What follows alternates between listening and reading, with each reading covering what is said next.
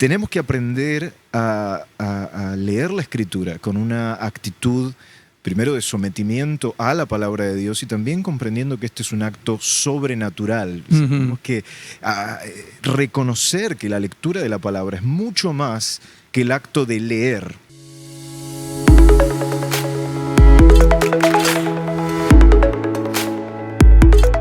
Muy buenas amigos, bienvenidos. Una vez más aquí estamos y queremos con este episodio cerrar este podcast dedicado a la Biblia. En este mes de septiembre, especialmente el mes de la Biblia, queríamos conversar sobre un conjunto de temas que tienen que ver con la Biblia, con lo que nosotros creemos es la palabra de Dios. Por eso el título del podcast es La revelación de Dios. Dios se muestra, Dios habla, Dios se manifiesta, Dios se autorrevela a través de la palabra del Señor. En el primer episodio hablamos sobre la importancia de la Biblia en el sentido general, ¿verdad? Para una persona, para la iglesia, la memorización, la lectura constante, etc. En el segundo episodio fue un poquito más técnico, con más información acerca de la formación de la Biblia. Cientos y cientos de años en la Escritura, 40, 50 autores, diferentes idiomas, diferentes entornos culturales, etc. Sin embargo, el milagro de la unidad de la Biblia, las traducciones bíblicas, las versiones, en fin, un montón de información que ojalá no hayamos mareado a los oyentes, pero la idea era compartir con ellos acerca de la bendición que consideramos un milagro de que tenemos hoy con nosotros la palabra de Dios. Hoy el tema da vuelta alrededor de una pregunta: ¿cómo leer la Biblia? Es una gran pregunta. Es una pregunta que especialmente y usualmente realizan personas que han venido a los pies de Cristo hace poco, hace relativamente poco. Muchas veces preguntan, ¿verdad? ¿Qué leo? ¿Cómo empiezo? Es usualmente la pregunta que nos hacen a los pastores, sí. Personas que están en ese primer amor o que han recibido algún tipo de experiencia, han experimentado algo fuerte con el Señor y ahora quieren conocer más, tienen un hambre profundo. Entonces preguntan, bueno, ¿y por dónde empiezo? Porque puede ser un poco desafiante enfrentarse a la Escritura, la cual es un libro muy claro, pero muchas veces requiere disciplina, requiere trabajo, requiere tomarlo con respeto. Por supuesto es un libro, y eso seguramente vamos a hablar bastante hoy. La Biblia es la palabra de Dios, y al ser la palabra de Dios, como dice el salmista, es un deleite leerla y escucharla. El tamaño también puede asustar, ¿verdad? Por supuesto. 1000 y pico de páginas. Lo que iba a mencionar es que hay una enorme diferencia entre leer la Escritura y leer un artículo, un tweet o un mensaje de WhatsApp o aún el periódico. Hay otra profundidad, hay otra complejidad y puede ser un poco, puede llegar a amedrentar a algunos. ¿Y por dónde empiezo? Se preguntan. Sí. Mucho más en una época donde se tiende a cortar todos los textos, las ideas principales, lo más rutilante ahí, ¿no? Acostumbrados a los tweets, acostumbrados a las frases, a los títulos. A veces puede ser un poco intimidante agarrar un libro tan grueso. ¿Cómo leer la Biblia entonces? ¿Hay una actitud? ¿Hay alguna técnica? ¿Hay alguna forma de abordar la lectura bíblica? ¿O agarro el Génesis y le doy hasta el final? Bueno, creo que lo primero que tenemos que establecer es que la Biblia es distinta a cualquier otro libro. Eso lo hemos discutido en el primer episodio. La Biblia es la palabra de Dios, es Dios hablando a su pueblo. La Biblia es un libro particular porque Dios ha hecho todo lo necesario para preservarla y Dios mismo la ha inspirado. O sea, los primeros 2 episodios trataban de la procedencia y cómo Dios ha preservado la Escritura. Y ahora que nos ha llegado a nosotros, lo primero que tenemos que establecer es que al leer la Escritura no podemos hacerlo como creyentes, no podemos hacerlo como un ejercicio intelectual meramente. A diferencia de otras religiones, a diferencia de otras creencias, el conocimiento de Dios no se da a través de algún tipo de acceso intelectual a un misterio escondido. Eso se conoce como esoterismo. Conocer los misterios, entonces como que tengo la clave en mi mente para poder conectar los puntos y develar los misterios de la palabra.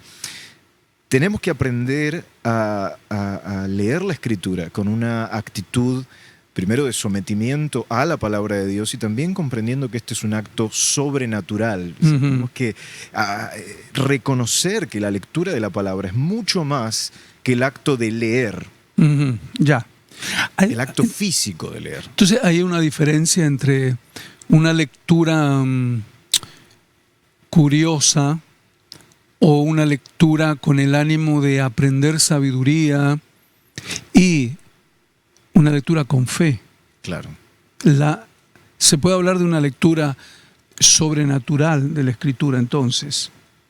Yo estaba viendo esta semana una entrevista que le hicieron a Quino, el escritor de Mafalda, ¿no? Y un montón de artes gráficas de Argentina. Y en medio de la entrevista, bueno, esa es la parte que vi, pero estoy hablando de una entrevista hace 40 años, ¿no? Y le preguntan si él leía la Biblia. Y él dice, claro, dice, la leo todos los días. Y la cara porque había unos artistas y otra gente ahí en un programa de televisión, lo miran todos sorprendidos, ¿verdad? Dice, claro que las leo, dice. Mira, dice, en la Biblia encontrás historias policíacas, historias de amor, de venganza, dramas, cartas desesperadas, historias de milagros, metáforas, mitos, decía él, leyendas, decía él, ¿no? Entonces es un caudal enorme de información, de sabiduría, y ahí me inspiro, dice. Bueno, de repente quizá un montón de capítulos de Mafalda están inspirados en la Biblia. Ahora, sí, así como un montón de piezas del arte moderno y de la cultura. Están anclados ahí, ¿verdad? Están basadas en la Escritura. Ya. Ahora, esa es mi pregunta. Un Quino, que evidentemente no era un lector hacia donde vamos nosotros ahorita, ¿verdad? Un lector de la sobrenatural, con fe, con expectativa espiritual de la Biblia. ¿Cuál es la diferencia entonces? ¿Por dónde va la lectura sobrenatural, la lectura con fe, la lectura con expectativa espiritual? Bueno, como mencionabas, el mismo Quino admite, así como muchísimos otros autores, Shakespeare es uno de los grandes fanáticos de la escritura, y así podríamos mencionar otras obras de arte popular, de arte contemporáneo. Star Wars, la clásica película de George Lucas, está basada, muchos de sus arquetipos de los personajes están basados en la escritura, y así tantas obras de arte que han sido inspiradas por la Biblia, pero no solamente en el arte, sino en la política, en el derecho, en la ciencia, en la filosofía, etcétera, etcétera, etcétera. Constantemente vemos que la escritura es una fuente de inspiración. ¿Por qué? Porque es una obra magna, es una obra magnífica, es una obra definitivamente superior a cualquier otra obra en el ámbito intelectual, en la cuestión propiamente sujeta a la literatura como tal. Es superior, es una obra superior a cualquiera, y las grandes mentes maestras de la historia lo han admitido también. El problema es que por más que la escritura tenga un efecto, por supuesto que tiene un efecto en cualquier persona que la lea, con cualquier actitud que la lea. Bien. El mayor efecto y el más importante, el objetivo de la escritura, el propósito de la escritura es darle gloria a Dios. ¿Y cómo le da gloria a Dios? Enfocando todo hacia la obra de Cristo. Y la obra de Cristo justamente es para darle gloria a Dios. Por lo tanto, no reconocer este punto central de la escritura bloquea el sentido profundo y sobrenatural de la escritura. Uno puede alimentarse de ella como una obra de literatura, inspirarse de diversas formas, pero se pierde el verdadero mensaje. El problema creo que está y es en por ignorancia o por rebeldía, no querer sujetarse al señorío de Cristo revelado en la palabra, ¿verdad? Entonces una lectura sobrenatural o espiritual de la Biblia tiene que ir más allá de seguir una lectura con los ojos física y tomar el sentido mental. Totalmente. Lo que está persiguiendo el Señor a través de la Escritura es que sus criaturas que están destituidas de la gloria de Dios, o sea, que no dan gloria a Dios, vuelvan sus ojos hacia el Señor, se sorprendan por lo maravilloso que es el Señor al ver la Escritura, porque la Escritura no se trata de nosotros, se trata de Dios, no se trata de los héroes de la fe, se trata de Dios. Claro. No hay grandes hombres de Dios, hay hombres pequeños que han sido usados por un Dios grande, hay una gran diferencia entre esas dos cosas. Bien. Entonces nos está enfocando a que aquellos que estamos destituidos de la gloria de Dios podamos volver a reconocer ese Dios glorioso y darle gloria. Por lo tanto, la transformación es el gran objetivo de la Biblia. El impacto, pero hay obstáculos bien, para que eso pase. Quiero un paréntesis aquí todavía.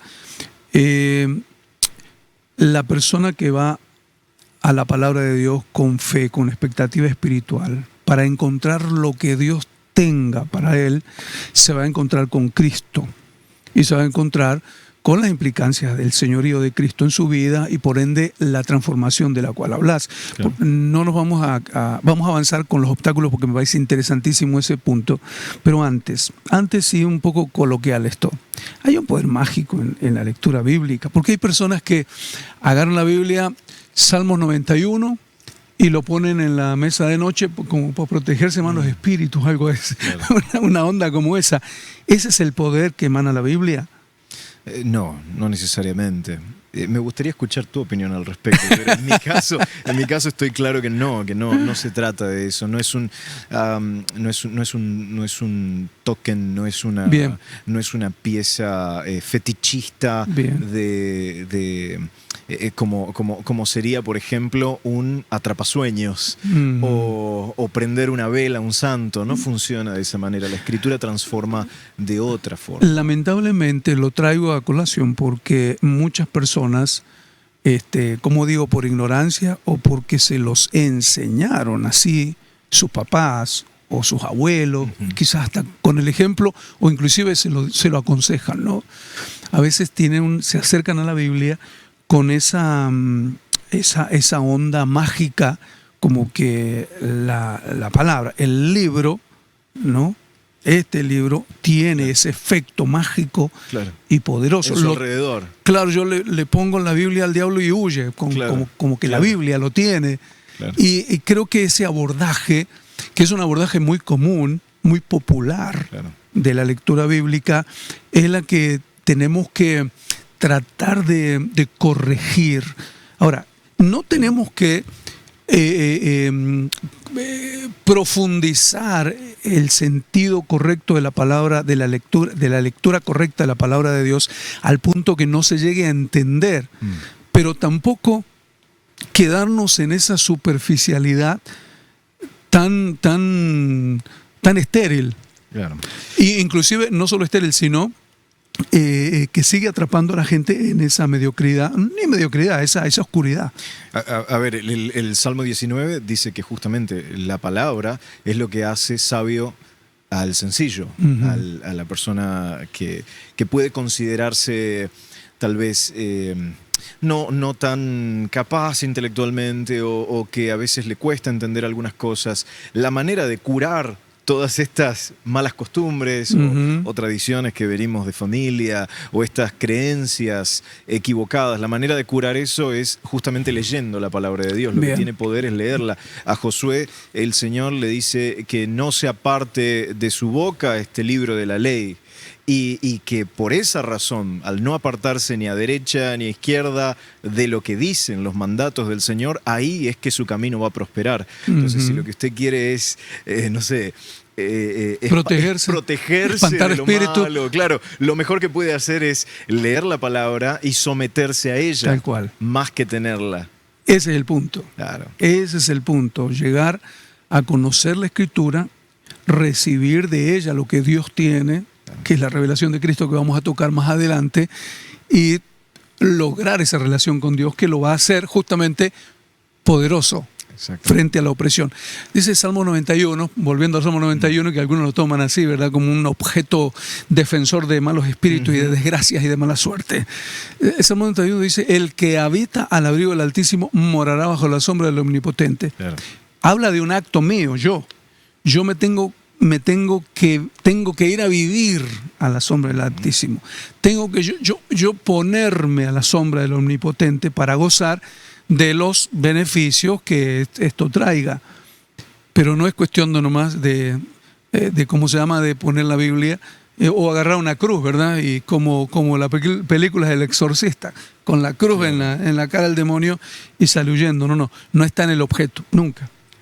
Sí, bueno, todo el libro de Colosenses enseña, tiene un par de ejes temáticos el apóstol Pablo en la carta a los Colosenses, pero especialmente enseña de manera enfática que para poder agradar a Dios, la palabra de Dios tiene que habitar, hacer su casa en nosotros. Tal cual. Y que eso lo que nos va a hacer es ver a Cristo y vivir agradecidos. Esa es la manera de vivir conforme a la voluntad del Señor. Entonces, otra vez, si estamos buscando estar bien, prosperar, que nuestro camino prospere, etcétera, etcétera, etcétera, y ser protegido de lo malo que nos pueda pasar y cuidar nuestro corazón y nuestra mente y nuestras familias, etcétera, lo mejor que usted puede hacer es permitir que la palabra de Dios habite en usted y usted someterse a la palabra de Dios. Bien, ok. Ya me detuve lo suficiente en lo que pretendía hace un momentito. Ahora, decías que hay obstáculos a esa lectura sana y edificante y transformadora de la palabra de Dios. Sí, creo que hablábamos hace un poco cuál es la diferencia entre una persona que lee la Biblia como una pieza de literatura y una persona que lee la palabra siendo dirigida, guiada por el Espíritu Santo. O sea, una persona que ha venido a los pies de Cristo. O sea, hay una enorme diferencia entre una persona que ha venido a los pies de Cristo y se enfrenta a la Escritura a una persona que está en rebeldía contra el Señor y se enfrenta a la Escritura. Hay una distancia enorme, y la Escritura misma nos enseña en 2 Corintios que el enemigo es quien ha cegado nuestro entendimiento para poder entender la palabra de Dios. A aquellos que todavía no han llegado a los pies de Cristo se enfrentan a la Escritura y no logran verse un espejo como nosotros los creyentes. Vemos la Escritura y nos vemos un espejo, nos vemos pecadores, nos vemos exhortados, nos vemos confrontados, y ahí es donde el Señor obra en nuestra vida y nos apunta a Cristo. Pero a mucha gente Satanás todavía los tiene cegados, tiene cegado su entendimiento. Entonces ese es un gran obstáculo. Y después el otro gran obstáculo, no solamente Satanás, que está haciendo todo lo posible para cegar nuestro entendimiento, sino es el pecado. El pecado obviamente no nos permite ver la Escritura y vernos necesitados de Cristo. Sí, ¿verdad? Porque, primero uno difícilmente, bueno, lo he escuchado muchos, ¿verdad? Personas que no quieren asistir a un culto y menos leer la Biblia porque se sienten acusados. Y eso nos pasa a todos. Esta mañana yo leía la palabra. En mi lectura me tocaba leer Isaías 65 y 66. Me sentí alentado con algunas frases y con otras me sentí pullado en las costillas, ¿verdad? Pero hay gente que no quiere, siente que no. Y creo que es parte del enemigo también, ¿verdad? Parte del velo que el enemigo pone en los ojos del entendimiento de las personas, y la persona pecadora no quiere porque no quiere ser confrontada, no quiere sufrir la acusación de la Escritura, porque tal vez no quieran dejar el pecado simplemente, ¿verdad? Como pecadores nos autojustificamos constantemente. Tal cual, la autojustificación, ¿cómo se llama? Racionalizar.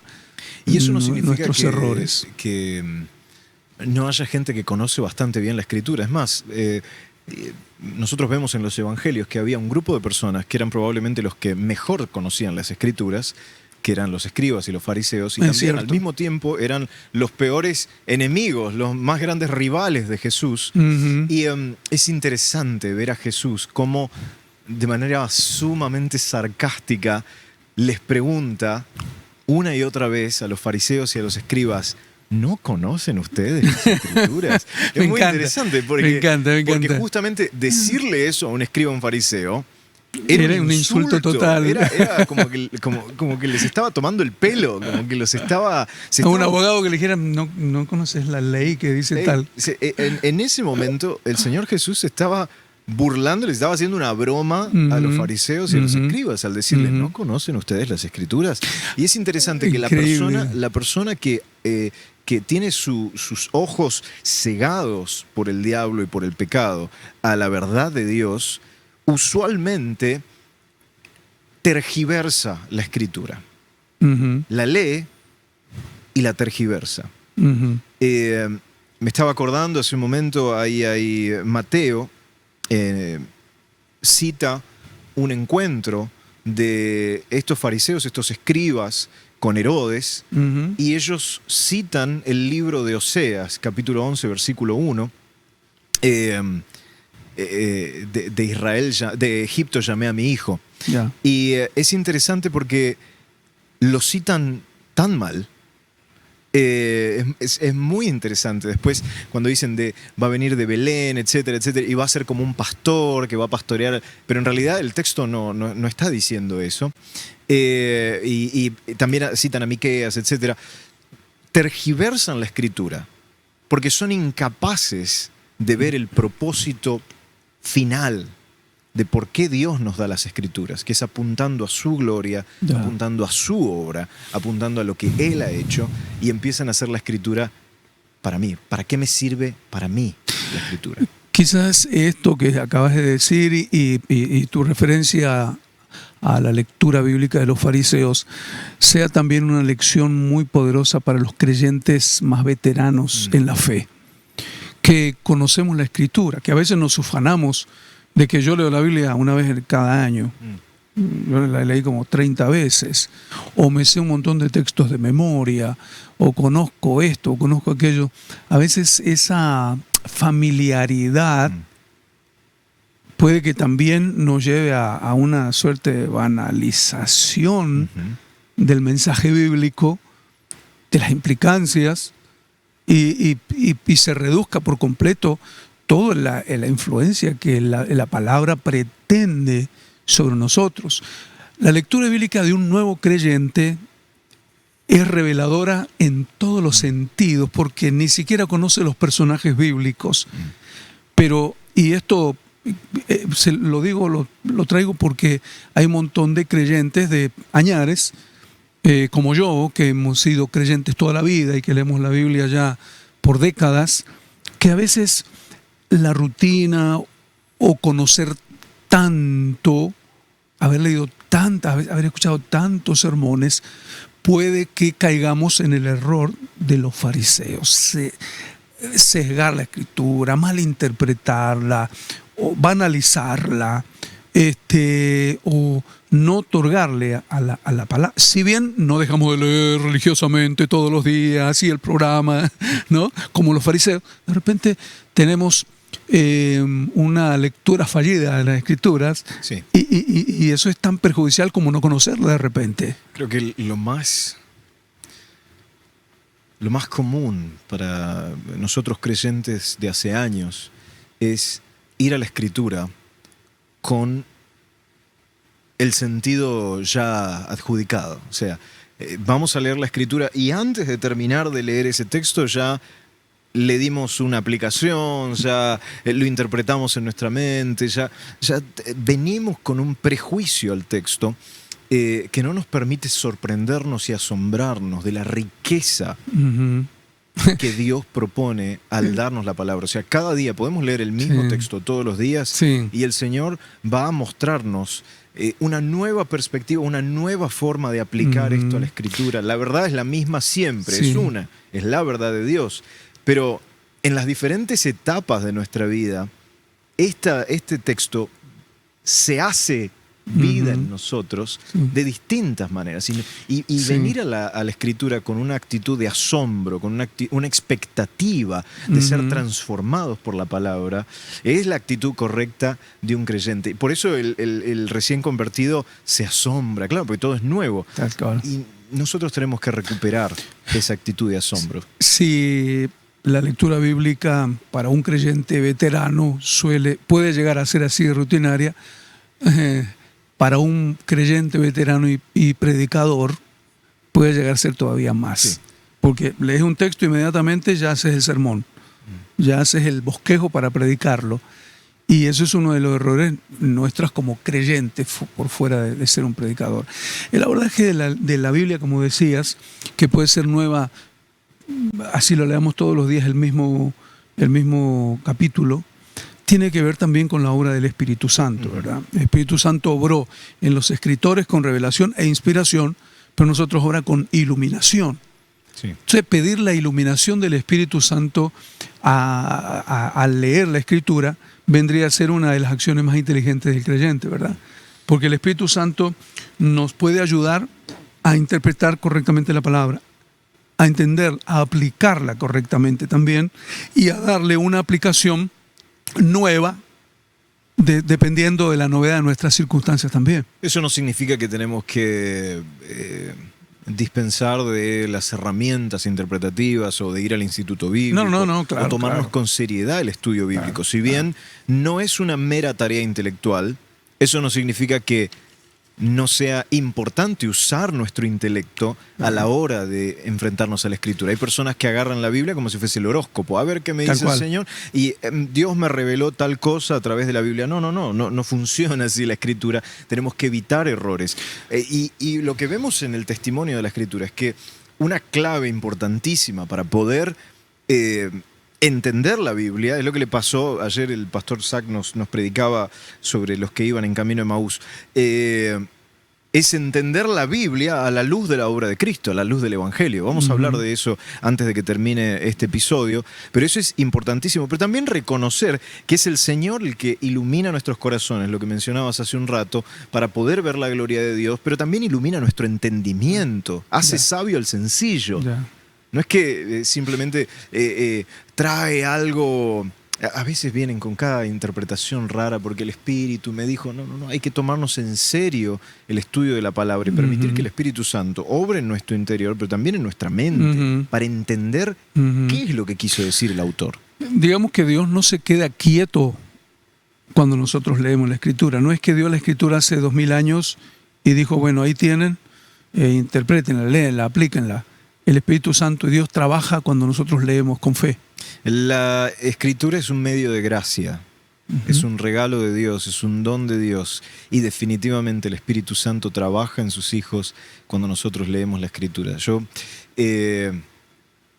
para predicar y para leer la Biblia, utilizo un método, y ahora nos reímos en clase de predicación en el Instituto Bíblico, porque me lo hice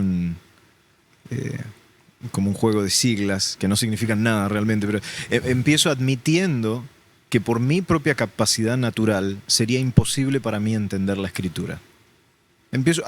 Admito, Señor, si fuera por mi capacidad intelectual, yo no podría perforar los misterios de tu revelación. En segundo lugar, clamo, oro al Señor, Señor, ayúdame a poder ver tu palabra y entender tu palabra. En tercer lugar, me inspiro en las promesas de Dios. Por ejemplo, me inspiro en la promesa de que Él es galardonador de los que le buscan.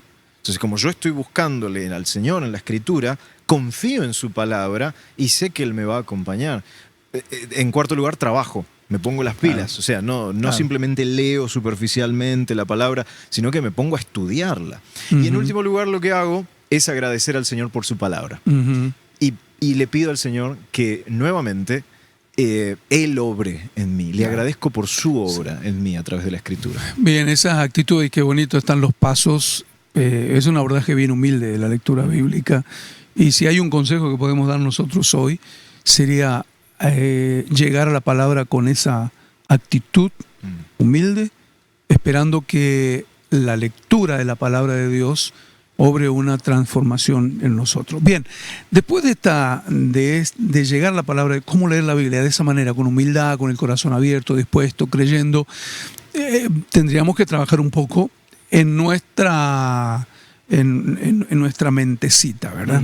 Dios nos ha dado capacidad de criterio, nos ha dado capacidad de crítica, nuestra capacidad de interpretar, nuestra capacidad de hacer un lado la paja del trigo. Algunos elementos que son imprescindibles para leer la Biblia. En el Instituto Bíblico damos una materia que se llama hermenéutica, la ciencia de interpretar textos aplicados a la Biblia. Hay algunos elementos de la hermenéutica que son importantísimos. El contexto literario, pero también el cultural, el histórico, que muchas veces, por ignorancia o por vagancia, no lo tenemos en cuenta y nos lleva a interpretar la palabra de Dios en forma hasta errónea y equivocada. Graves errores se han cometido por agarrar la Escritura sin tener en cuenta estas reglas de interpretación. Sí. Son reglas sumamente básicas. A esto nos referíamos con este comentario de las personas que toman a la ligera la lectura de la palabra y se hacen... Se adjudican como una actitud súper espiritual porque leen la palabra y dicen: yo no necesito instituto bíblico, ningún método o ningún libro para ayudarme, yo no necesito que nadie me enseñe porque el Espíritu Santo a mí me revela. Es una actitud totalmente alejada de lo que dice la Escritura. Justamente el apóstol Juan nos enseña que el Espíritu nos guía a toda verdad. Y la verdad de Dios está en su Escritura. Y Él jamás va a permitir que nosotros tratemos de manera displicente la palabra de Dios.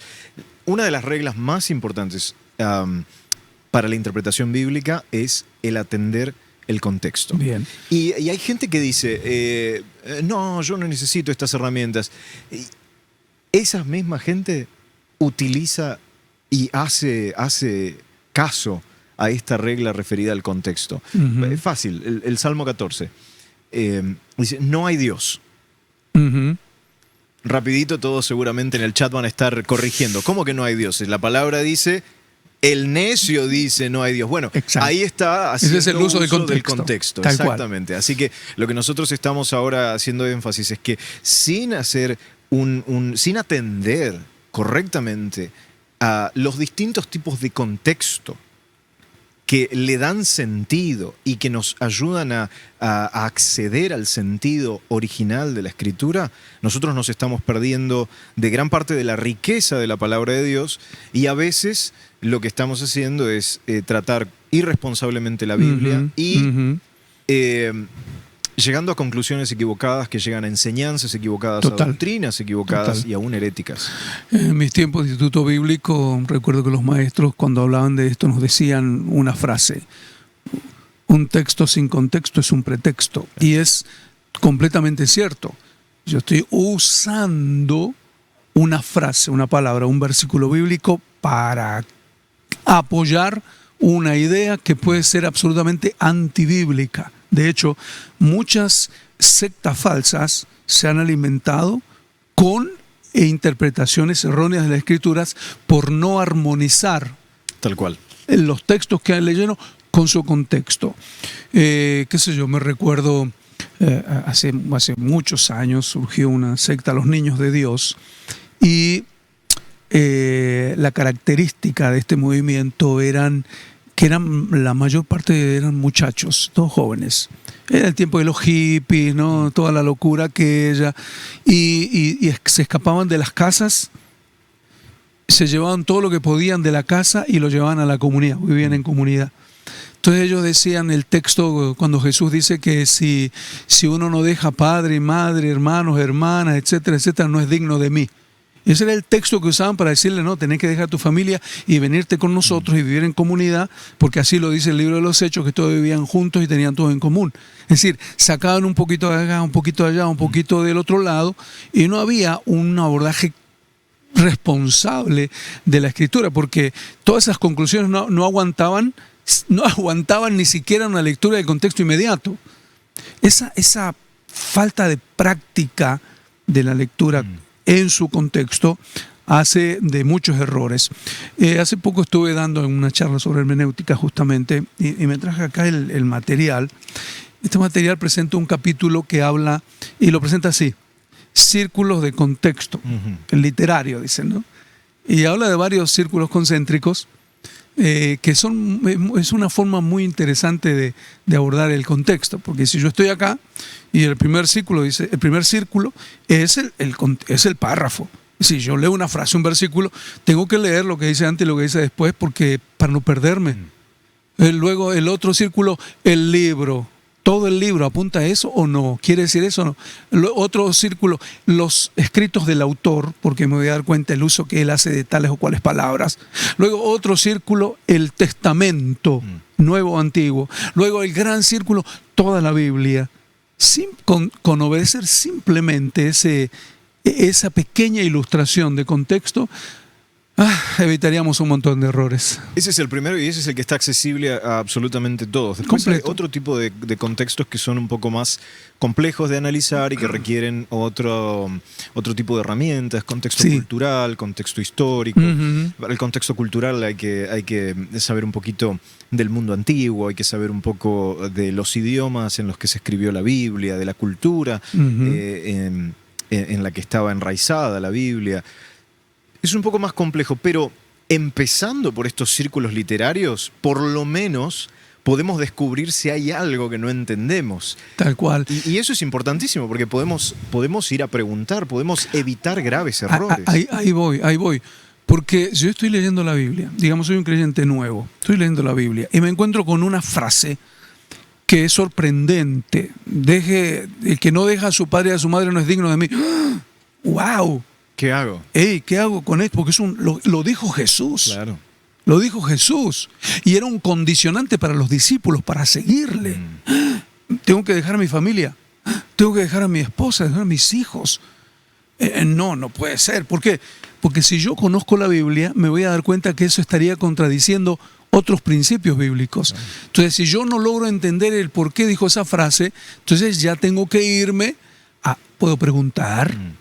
Puedo acceder a otro tipo de recursos para entender un poquitito más sobre la cultura, sobre el idioma, sobre, ¿qué más? Sobre historia, qué sé yo, el uso de la palabra o las costumbres en ese tiempo.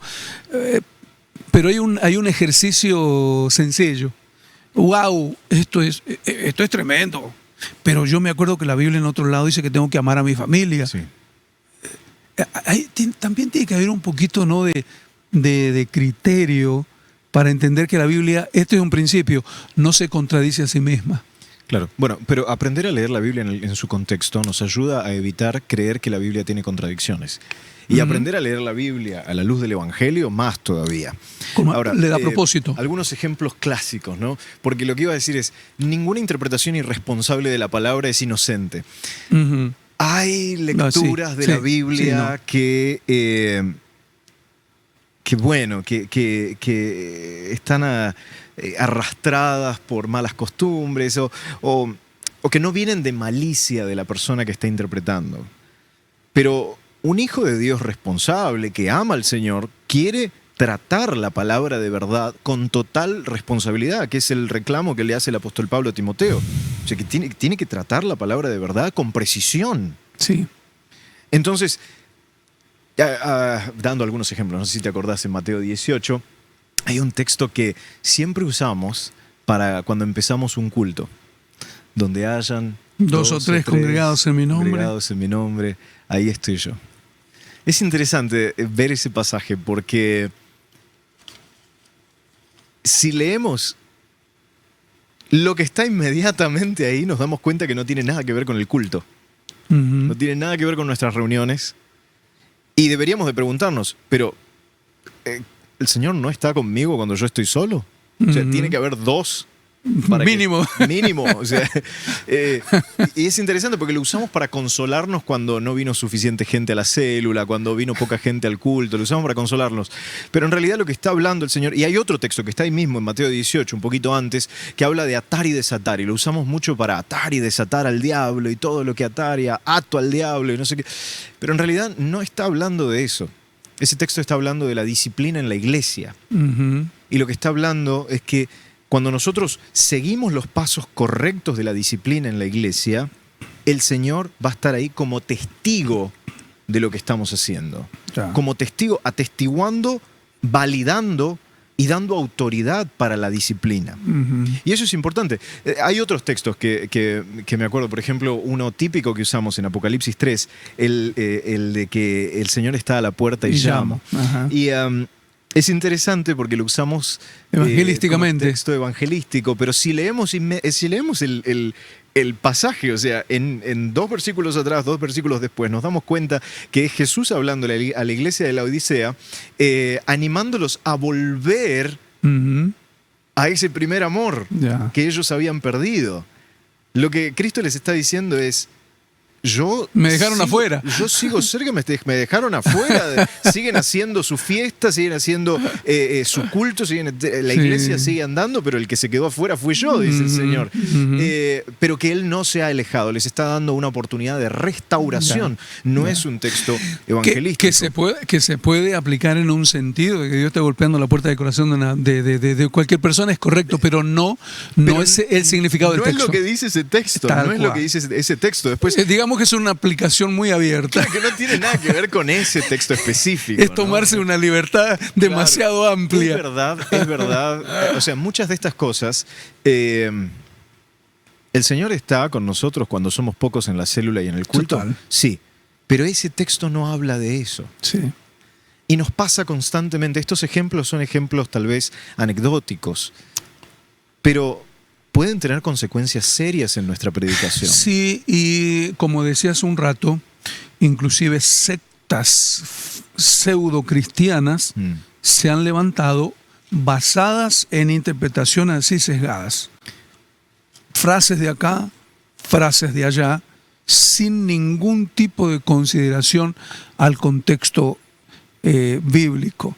Entonces, si es algo más podemos aportar a través de estas conversaciones a los oyentes es, por favor, aténganse al contexto para que puedan interpretar correctamente los versículos bíblicos o las frases que están leyendo. En vez de venir ya con una idea preconcebida de qué es lo que dice el texto, tómeselo con seriedad y lea la palabra como corresponde, porque puede traer...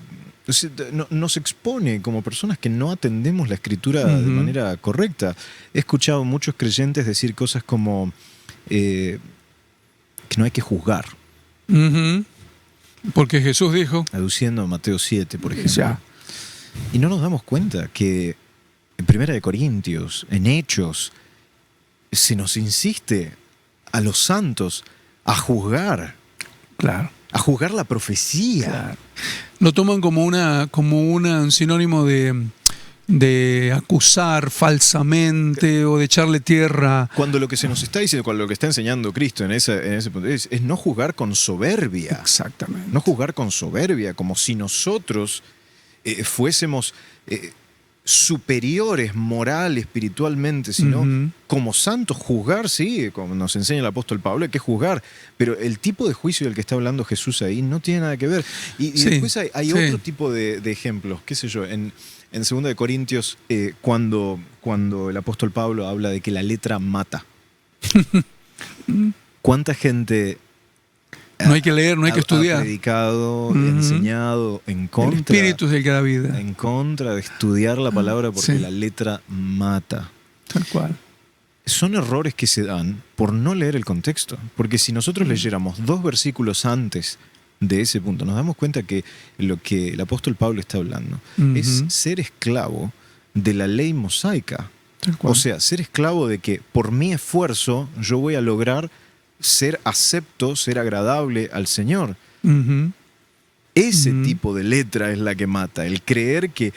A ver, el apóstol Pablo fue es el primer gran teólogo de la fe cristiana. ¿Cómo podría él estar en contra del estudio profundo y responsable de la Escritura? Justamente es todo lo contrario lo que está hablando. Yo crecí en la iglesia evangélica y en medio de ministros sin mucha preparación, ni siquiera secular. Entonces crecí en medio de muchos de estos yerros de interpretación por la falta de habilidad quizás de considerar el contexto.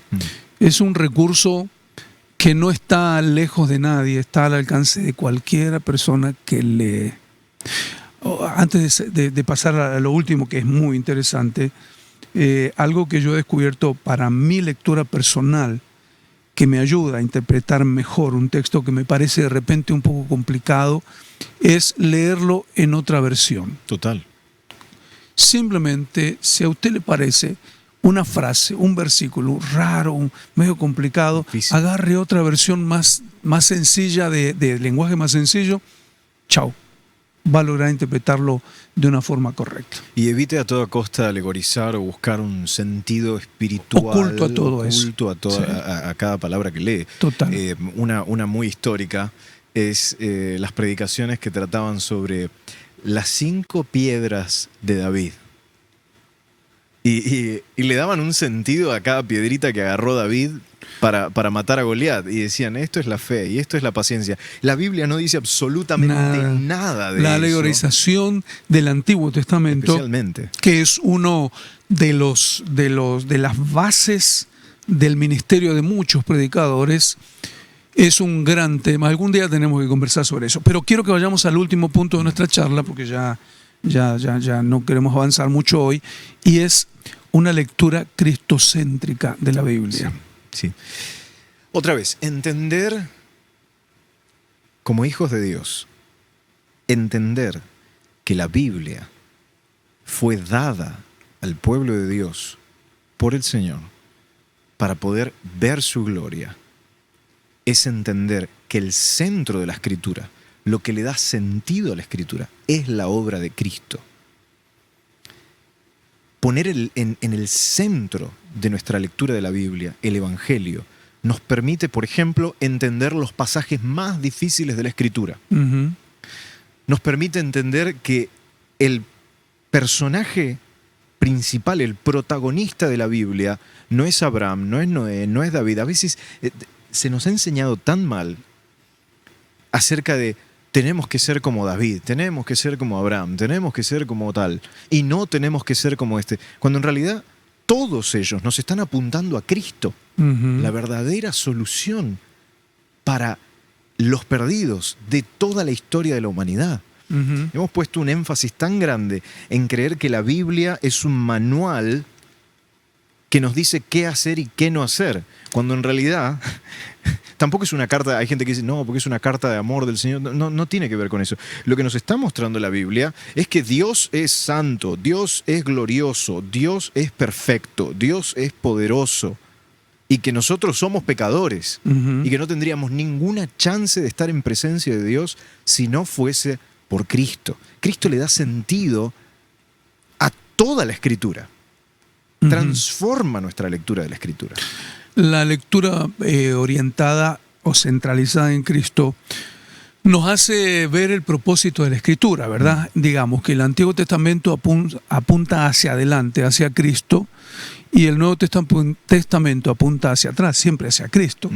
El Antiguo Testamento nos anuncia de diversas maneras la presencia, la manifestación del Señor, y el Nuevo Testamento nos explica las implicancias de esa manifestación del Señor.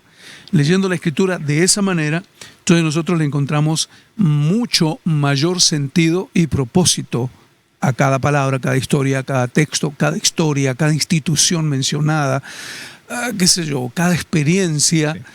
Porque centrada en Cristo, como la historia, ¿verdad? Es el punto cero, el año cero, para atrás y para adelante. Entonces, el Antiguo Testamento y el Nuevo están centrados en Cristo, y leer la Biblia de esa manera entonces nos da una lectura no solo ordenada, con propósito, sino correcta. Total. Hay ciertas porciones de la Escritura que, si no las ponemos a la luz de la obra, a la luz del Evangelio, a la luz de la obra de Cristo, son muy difíciles de entender. Generan una presión, generan una demanda que es imposible de cumplir. El Salmo 1 habla, creo que la audiencia se debe acordar, es bienaventurado el varón que no se sienta no anduvo en consejo de malos, no anduvo en consejo de malos, no se sienta en silla de escarnecedores, etc. Ese texto del Salmo 1, al final, habla de que el Señor conoce el camino de los justos, pero que los malos son como el tamo que arrebata el viento. Los malos no se podrán poner de pie en la congregación de los justos. Los malos van a recibir todo el castigo de Dios. Y hay dos opciones para ver ese texto, el Salmo 1. Sin Cristo y con Cristo. Sin Cristo es Dios diciendo, tienen que ser buenos, porque si no, chao. El problema de ver la Escritura de esa manera es que los justos tienen que seguir toda la ley de Dios. Y el Salmo 1 dice que bienaventurado es aquel que se deleita, encuentra su delicia en la palabra de Dios. ¿Cómo puedo encontrar yo como pecador mi delicia en la palabra de Dios? Y cuando abro la Biblia, todo lo que me dice me muestra que yo estoy pecador, lejos de Dios. Justamente viendo a Cristo. Cristo es el que sí se puede poner de pie en la congregación de los justos, y es Él que, por su obra maravillosa, por los méritos de Cristo, me permite a mí. Yo puedo deleitarme en la ley de Dios. Porque a pesar de que cuando yo veo la Escritura me veo pecador, a la luz de Cristo, a la luz de la obra de Cristo, Dios a mí no me ve como un malo que es como el tamo que arrebata el viento, sino que Él ve a Cristo, ve la obra de Cristo, ve los méritos de Cristo, y se me imputan a mí también. Bien. Por eso yo soy llamado justo y santo. Pero eso es viendo, leyendo a través de la manifestación de Cristo. Centrado en Cristo. Exactamente. Esa lectura, inclusive un montón de otras lecturas quizás complicadas de entender en cuanto a su propósito y por qué están en la Biblia, por qué está tal historia o tal personaje. ¿Por qué? Porque hace de alguna forma una suerte de iluminación a la persona y a la obra de nuestro Señor Jesucristo. Justamente a la imposibilidad nuestra de poder ser agradables al Señor si no fuera por Cristo. En Nahum, por ejemplo, en el libro del profeta Nahum, hay una frase que es fuertísima, que está haciendo referencia también a Moisés, que fue el primero en decirlo, que el Señor es grande en misericordia. Perfecto, maravilloso, qué lindo. Pero después dice, Él no tomará por inocente al culpable. Y Él va a castigar al pecador, dice. Y wow, ¿cómo es que se cumple eso en nosotros? Otra vez, esa escritura tiene sentido cuando lo vemos a través de Cristo, porque en Cristo Dios castigó nuestra maldad. Viendo hace poco, un par de años, estaba tomando un curso sobre Levítico, leyendo otra vez Levítico, y siempre la lectura de Levítico es uno de los libros más aburridos que hay si uno los mira simplemente como como si fuera el manual de los sacrificios del pueblo de Israel. Hay gente que podría sacar Levítico de la Biblia. Uy, sí, ni se enteraría. No se necesita Levítico. Claro. Pero después uno encuentra, si lo mira así, que apuntó a Cristo, que nos llevó a Cristo, que nos muestra la santidad de Dios, la imposibilidad de llegar a Dios, la necesidad del sacrificio y la sangre para llegar a Dios, etcétera, etcétera. Y eso lo vemos en Cristo y dijimos, wow, con razón, tan claro se habla de Cristo como el Cordero de Dios. Exactamente. Porque así lo dijo Juan, aquí el Cordero de Dios que quita el pecado del mundo, pero también lo vemos en la visión de Juan en Apocalipsis, y vi que nadie podía abrir el sello, y yo lloraba mucho hasta que el Cordero de Dios lo podía hacer. Otro ejemplo. Qué maravilla. Así que tiene que ver con esto es la historia de Abraham. A los niños muchas veces se les enseña, se nos enseñaba acerca de la fidelidad, la fe de Abraham y la obediencia, especialmente la obediencia de Abraham, que cuando Dios le dijo que tenía que entregar a su hijo, que era lo más preciado, vamos a matarlo, ni lo dudó. Y todos decían, qué grande, si a mí me tocara, yo no podría hacerlo. A mí, yo tengo que tener esa fe, esa confianza en Dios. Pero en realidad ese texto no se trata de la obediencia de Abraham. Ese texto se trata de un Dios que provee. El carnero para el holocausto, Dios simple. Provee. Sí. Lo que otros dioses no podían hacer, lo que Dios le está mostrando a Abraham, que Abraham viene de un contexto pagano donde sus dioses le demandaban semejante cosa, sangre de sus hijos. Sí. Dios le está diciendo, no es suficiente. Yo proveo el cordero perfecto, le dice Dios. Claro. Impresionante. Pero eso solamente lo podemos ver cuando lo vemos a la luz de Cristo. Tal cual. Es decir, de aquí para allá, no de allá para acá. Leer la Biblia de esa forma es la que nos otorga esa luz. Quiero terminar porque ya nos vamos, ya nos fuimos. 5 minutos más. Nos fuimos. Aquí en las notas tenemos un puntito que quiero resaltar. Ver a Jesús en la Biblia nos lleva a la adoración. Amén. Ver a Jesús en la Biblia desde el principio hasta el final nos lleva simple y llanamente a adorar. ¿Por qué? ¿Por qué? Porque Jesús es la única esperanza y solución para liberarnos de la esclavitud y la oscuridad del pecado y nos lleva a su reino de luz. ¿Qué otra cosa hacer que adorarle? ¿Qué otra hacer que rendirnos a sus pies? ¿Qué otra cosa hacer que adorar al Hijo, que adorar al Padre que lo envía, que adorar al Espíritu Santo que lo glorifica? ¿Qué otra cosa hacer que sujetarnos al señorío de Cristo, que es el mensaje de la palabra de Dios? ¿Qué pasa cuando la gente siente que no tiene ganas de leer la Biblia?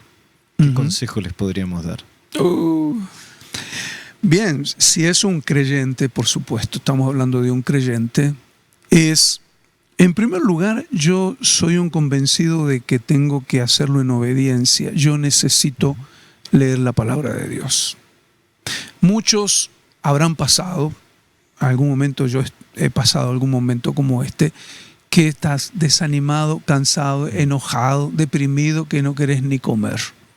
Y algunos pasan días y pierden libras y pueden enfermarse. ¿Y qué hace la gente? Tiene que comer, coma un poquito, coma esto, coma aquello, le va a hacer bien, no, coma, Hay muchas veces que tenemos que leer la palabra del Señor por obediencia, porque sabemos que es un bien para nuestro espíritu. Y como creyente tengo que sacar de mi poquita fe, como un grano de mostaza, la expectativa. Yo sé que voy a encontrar en la palabra de Dios lo que necesita mi alma. Y después está el otro componente, que es el deseo. La Escritura constantemente habla de esos dos componentes juntos, la disciplina y el deseo. Bien. Y el deseo. Creo que mi consejo sería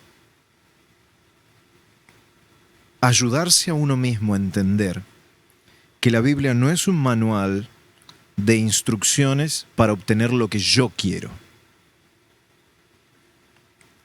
sino que la Escritura es la palabra de Dios por la cual yo puedo ver su gloria, su majestad. Por lo tanto, ¿está cansado? A mí me ha pasado. Vengo cansado de trabajar, de hacer cualquier cosa. ¿Está cansado?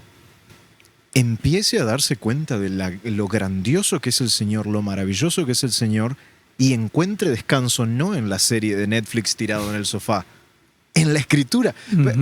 Hay mucha gente que le cuesta llegar a este punto porque lo ve como una obligación, que yo como cristiano tengo que ponerme... Y la disciplina es correcta. Tenemos que, porque lo necesitamos, pero también tiene que estar el componente del deseo. Sí. Siempre hago el mismo ejemplo. Uno, cuando va al gimnasio, lo hace tanto por disciplina como por deseo.